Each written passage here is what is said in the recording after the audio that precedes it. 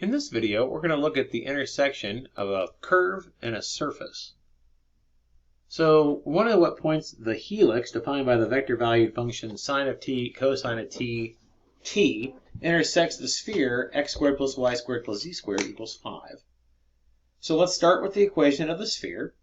Plug in our x, y, and z as defined by the vector valued function. So then we get the equation sine squared t plus cosine squared t plus t squared equals 5. Since sine squared t plus cosine squared t equals 1, we can rearrange that equation to get t squared equals 4, or t equals plus or minus 2. So those are the t values, so we can figure out the points of intersection by plugging in those t values, probably into the vector valued functions. A little bit easier to do that. So if we plug in negative 2, we'll get sine of negative 2, which is the same thing as negative sine of 2. If we plug in 2, we'll get cosine of 2. And if we plug in, obviously, negative 2 for t, we'll get negative 2.